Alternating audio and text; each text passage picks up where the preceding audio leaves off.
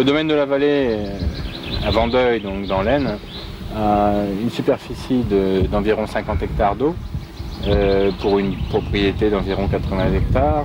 La longueur du plan d'eau se situe environ à 1,5 km, donc on a 1,5 km tout en long. C'est un plan d'eau très long, qui offre des postes très variés. On a de multiples îles, je crois qu'il y en a au moins 7 ou 8. Des fosses qui ne sont pas très profondes, mais qui vont jusqu'à un peu plus de 4 mètres. Et des hauts fonds nombreux qui sont donc plein de nénuphars qu'on commence à voir sortir en ce moment.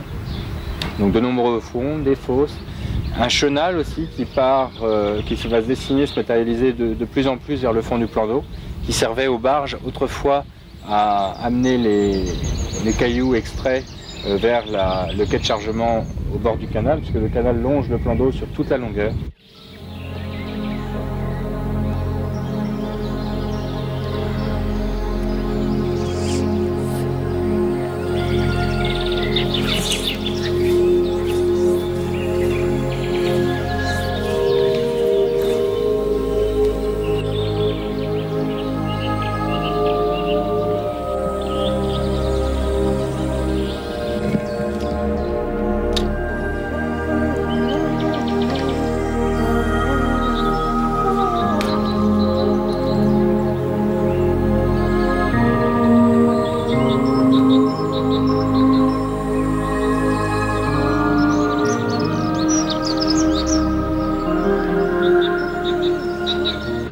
Essayer de prendre du carnassier, plus particulièrement des brochets, au fouet, à la mouche, avec des mouches, des énormes streamers, avec un matériel mouche très proche de celui utilisé pour la truite, mais beaucoup plus puissant, plus proche d'une canne saumon par exemple, à une main. L'idéal, ça aurait été de pêcher, je pense, avant le lever du jour, quoi, vraiment entre 5h30 et 9h30 du matin, quoi. Mais bon, c'est jamais, hein. Si le plan d'eau est particulièrement riche, normalement on doit pouvoir essayer de prendre quelques becs.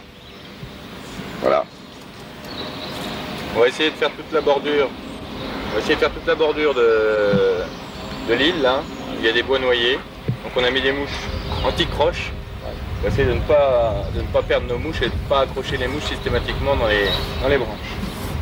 Voilà, elles sont dotées d'un système qui permet, lorsque ça passe sur un obstacle, de ne pas le crocher. Par contre, si un brochet attaque, le système s'ouvre et le poisson se fait quand même prendre. Donc ce streamer, tu vois, hors de l'eau, c'est une poêle agglutinée complètement, ça ne représente rien du tout. Et dès que c'est dans la flotte, elle prend tout de suite du volume, se met à onduler, regarde. Tu la vois? Pas facile, hein? Elle scintille de mille feux. Elle ondule.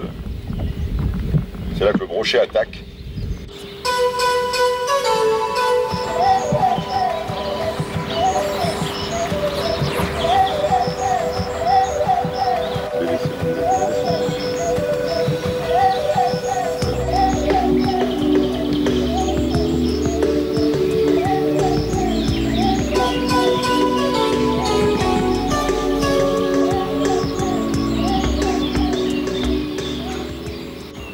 Il faut que je vous raconte que en fait, ce plan d'eau, je le connais depuis 30-35 ans. Hein.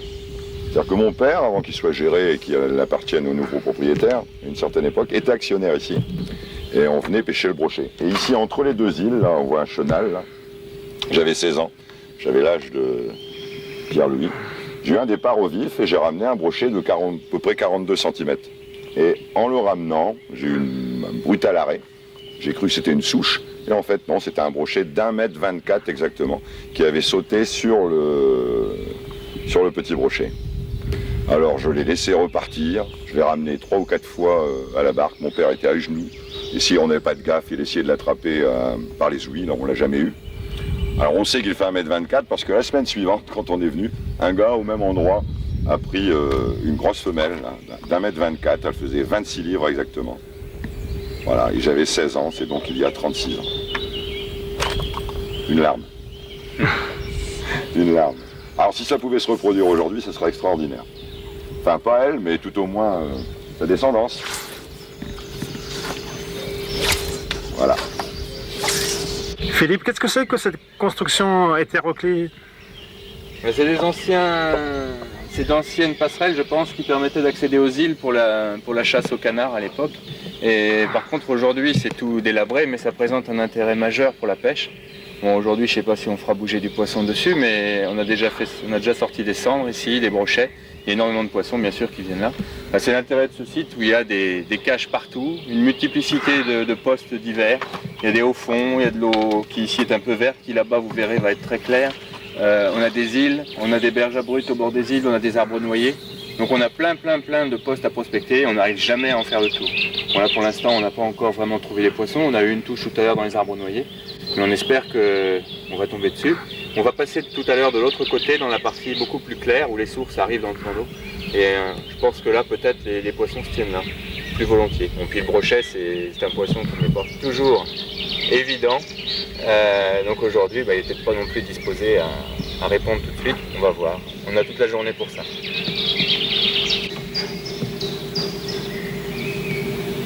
Il y avait une énorme tortue sur la branche, mais un machin comme ça. Dommage. Voilà. Quand on a voulu vous appeler. on a voulu vous appeler, faites de gueuler à la plongée. Elle se dorait Elle était là. un truc de 2-3 kilos. Hein. Magnifique. Une tortue. Ah ouais, une tortue aquatique, une tortue floride. Les gens qui ont dû les lâcher, elle a été grosse. On se demandait si elle se reproduise pas maintenant. C'est ce que je t'avais dit en démarrant ce matin, les conditions climatiques paraissent pas très propices. On est quand même dans des zones hyper sauvages, hyper propices aux carnassiers, des enchevêtrements de branches et tout. Philippe a déjà réussi là. Hein. Ah oui, il a réussi oui. aussi, hein. Et là, non, gros soleil comme ça qui plombe, c'est pas terrible. Hein. À mon avis, le soir, tôt le matin, ou alors une journée pluvieuse, difficile. Bon, on a pratiquement pêché qu'à la mouche. Philippe essaye un peu au leurre là, pour voir si c'est la technique qui est en cause, mais je pense pas. On a eu quelques attaques. Philippe a laissé une mouche, mais c'est pas. On aurait dû réussir mieux que ça, quoi. Dans un plan d'eau aussi riche que celui-ci, on aurait dû réussir. Désolé, mais c'est la pêche.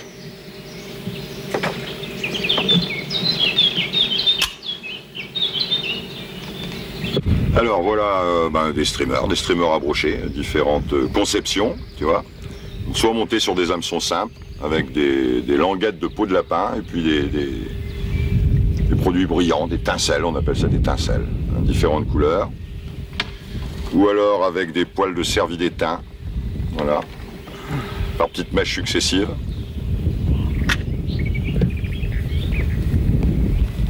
Alors ensuite, voilà, on vole un autre de la même conception qui est pas mal non plus. Voilà. Ceux-là sont très agréables à lancer.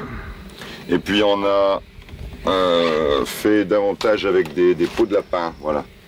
Alors ça nage très très bien en eau morte, mais alors le problème c'est que c'est très lourd. Une fois que la peau est mouillée, c'est très lourd.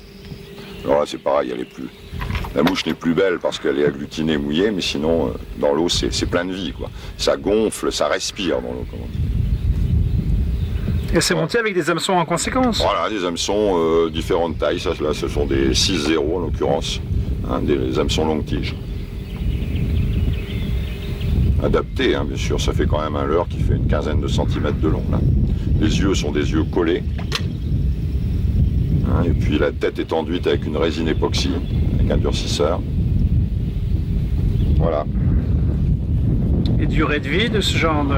Eh ben, durée de vie, pratiquement éternellement, hein, si on la laisse pas dans une branche ou... Bon, évidemment, les carnassiers ont tendance quand même, surtout les brochets ont des dents assez efficaces, disons. Et bon, au bout d'un moment, comme tout leurre, il va se détériorer plus ou moins, mais disons qu'on peut prendre quelques poissons avec, hein, quelques poissons avec.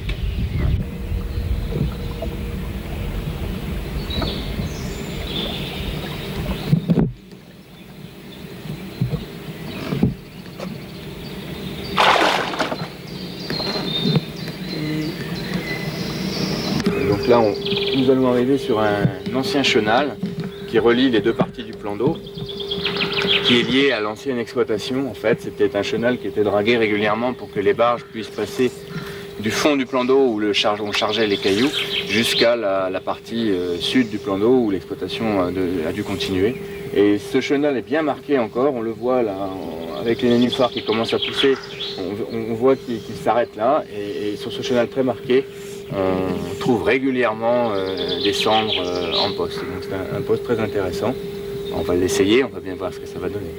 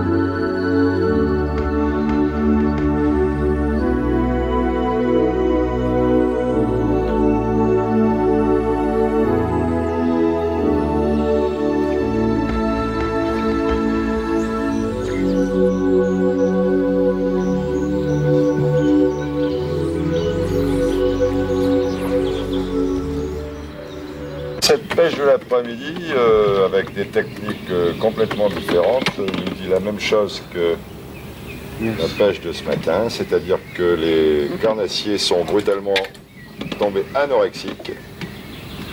Alors pourquoi? Je ne sais pas. Je viens de dire à Philippe, il y a 8 jours, c'était au mois de janvier, et aujourd'hui on est en pleine... il fait 30 degrés, là. 35 degrés au soleil, même on cuit là aujourd'hui, alors je ne sais pas. Ceci explique cela. Qui connaît bien le plan d'eau là, Oui. qu'est-ce que tu pourrais dire à un pêcheur après cette journée un peu malheureuse? De ne pas tenir compte de l'échec ou du semi-échec d'aujourd'hui, quoi, parce que ça ne correspond pas du tout à la réalité du plan d'eau, hein, qui est d'une richesse piscicole assez extraordinaire. Moi je le connais depuis longue date et je peux certifier que c'est très très riche en cendres et brochets, très très gros brochets.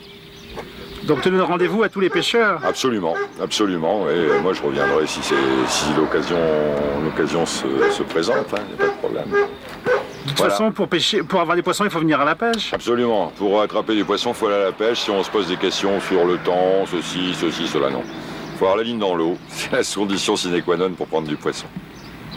Il y a plein de sortes de montages possibles. Là, on va en décliner un que j'aime bien, dont je ne revendique absolument pas la paternité, qui nous est amené par Guy Doving, qui est un grand pêcheur belge, qui a mis au point cette mouche à brochet qui est très légère, faite avec du bucktail, donc en fait de la queue de daim blanche ou teintée. Là, cette version-là, je l'ai déclinée en blanc. C'est une mouche qui se lance très facilement et qui a une nage très harmonieuse. On l'a vu ce matin dans l'eau, on a pêché avec, on a eu quelques touches avec, on n'a hélas pas réussi à concrétiser les prises. Donc je vais vous montrer un petit peu la réalisation de cette mouche à brochet. Donc pour la montée, donc j'ai dit il nous faut du bucktail. Il va nous falloir des hameçons assez gros, entre disons 5, 6 0, 3 0, hein, des tailles quand même assez conséquentes. Celui-là, ça doit être des 3 0, c'est des hameçons pas très gros. Donc on serre fermement l'hameçon dans l'étau. On va travailler avec une soie solide. Alors là, je travaille avec un matériau qui s'appelle de l'Unistretch, donc qui est un matériau qui est très très costaud et qui se serre très bien et qui écrase bien le montage, donc pour faire des mouches solides. Donc je commence par enrober la hampe de l'hameçon de soie de montage jusqu'à la courbure, et je vais ensuite appliquer un petit peu de superglue sur le montage pour le solidifier tout de suite. Voilà. Je coupe l'excédent de fil de soie de montage. J'applique tout de suite un peu de superglue pour éviter, parce que c'est un montage qui va s'adresser quand même à des brochets, donc à des poissons qui ont une dentition assez acérée, qui ont vite fait de détruire tout. Et je commence mon montage en mettant une première touffe de bucktail blanc. Alors il faut prélever, qu'on vient de prélever de petites quantités de bucktail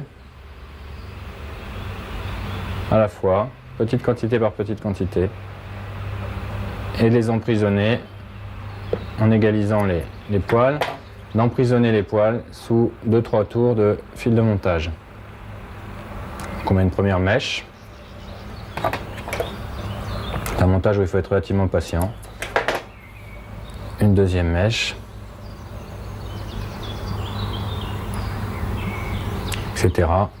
En rajoutant de temps en temps un peu de superglue pour bien consolider la mouche et éviter qu'un coup de dent ne la démonte complètement. Ensuite, on alterne un peu de brille. On va tirer un petit peu pour le rendre un peu inégal. Voilà. Donc on ajoute une petite touche de brillant au milieu du bucktail. Voilà. Et on recommence. On alterne. Une mèche.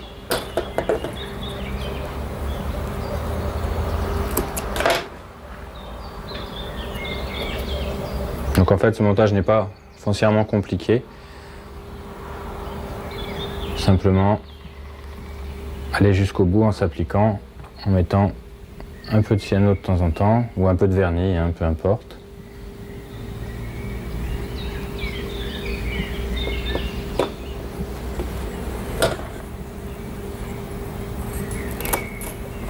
Et des mèches de bucktail.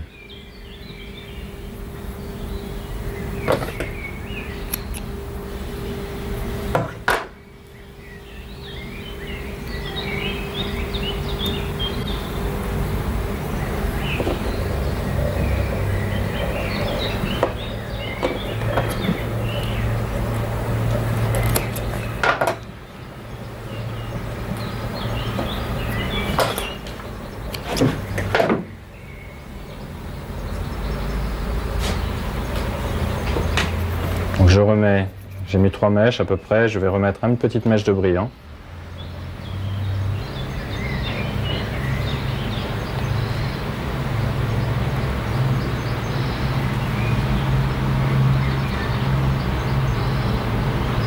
Cette mouche a l'énorme avantage par rapport au lapin d'être beaucoup plus légère, et de se lancer beaucoup plus loin, d'avoir une forme beaucoup plus aérodynamique déjà. Bon, par contre, certains lui reprochent de ne pas avoir assez de volume. Moi, je l'aime bien, cette mouche-là.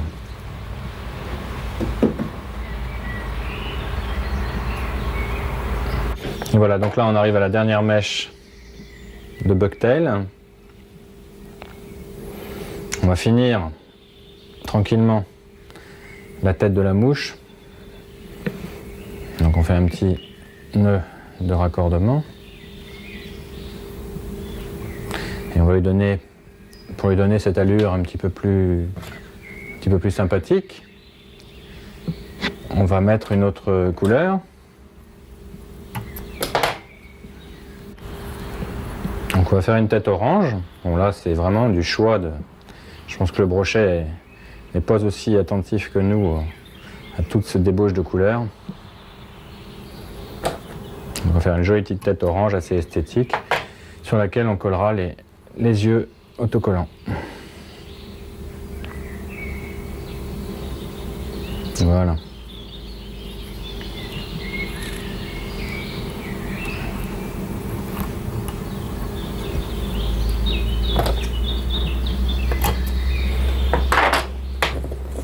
Donc on y applique 2 yeux autocollants.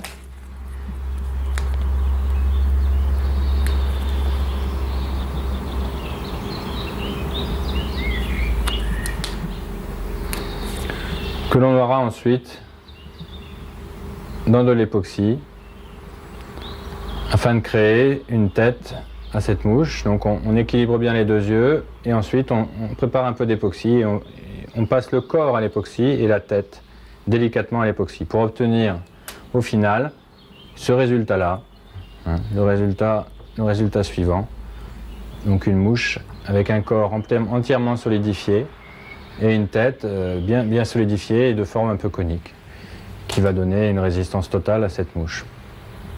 C'est une mouche qui est faite à base de peau de lapin teintée, de lanières de peau de lapin, donc qu'on appelle des rabbit strips, donc on achète tout fait dans le commerce. On va donc prendre, comme tout à l'heure, un gros hameçon spécial brochet. On va garnir l'hameçon de soie de montage, donc une soie solide encore si possible, jusqu'à la courbure.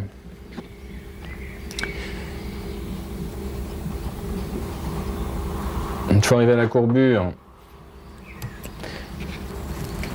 on va renforcer légèrement avec de la cyanolite le montage pour résister aux agressions des dents des brochets. On va prélever une mèche de ce matériau synthétique fantastique qui s'appelle le Polar Flash. On va la démêler un petit peu toujours, enfin éviter d'avoir des morceaux tous identiques. Voilà. On va créer donc une queue en Polar Flash qui va donner un peu d'attrait à cette mouche, qui va lui donner quelques reflets d'écailles. Et ensuite on attaque avec une lanière de lapin de son choix que l'on va poser directement sur l'arme de l'hameçon. Donc pas trop long non plus pour éviter que les carnassiers ne tapent que dans la queue du leurre, mais pas trop court pour garder une action de nage suffisamment agréable. Alors cette mouche est très facile à monter, par contre elle a la particularité d'être une mouche assez difficile à lancer, parce que c'est une mouche qui absorbe énormément d'eau, et que le lapin se gorge d'eau, et donc que ça rend la mouche assez lourde, et donc difficile à lancer avec un fouet. Ensuite, en ayant assuré le montage éventuellement avec un peu de colle, en faisant attention après de ne pas prendre les poils dans cette colle, on va tourner la lanière de lapin sur l'arme de l'hameçon, tout bonnement et très facilement. Et c'est ça qui va faire le côté très attractif de la mouche, mais en même temps qui va la rendre assez lourde à manipuler.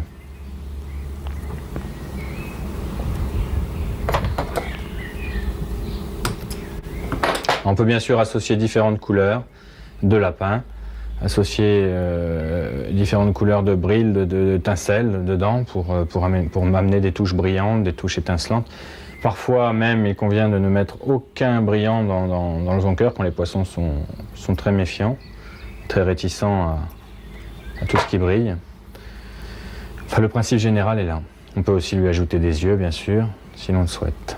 Donc on fait une tête en soie de montage, une ligature et un petit peu de vernis et la mouche est finie. Et pourquoi utiliser une peau de lapin ? Alors on peut bien sûr, effectivement, là pour ce montage spécifique c'est indispensable, mais il y a plein de montages possibles avec des matériaux synthétiques maintenant. Là nous avons effectivement réalisé 2 mouches avec des matériaux naturels. Mais les matériaux synthétiques font partie maintenant de la panoplie du monteur, du monteur de mouches. Voilà, je mets un petit peu de cyanolite en faisant attention pour consolider définitivement la tête de la mouche. Nous voici maintenant dans la pièce que nous mettons à la disposition de tous les pêcheurs, afin qu'ils puissent trouver un accueil, qu'ils puissent se réchauffer l'hiver ou venir se rafraîchir l'été. Il y a à côté, tout à côté, nous avons le lac sur lequel les bateaux peuvent s'amarrer. Et puis, sur votre droite, en sortant, vous avez les sanitaires.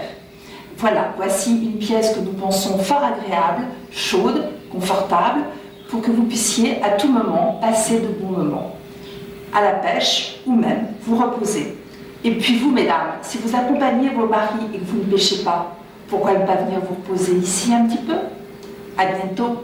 Merci.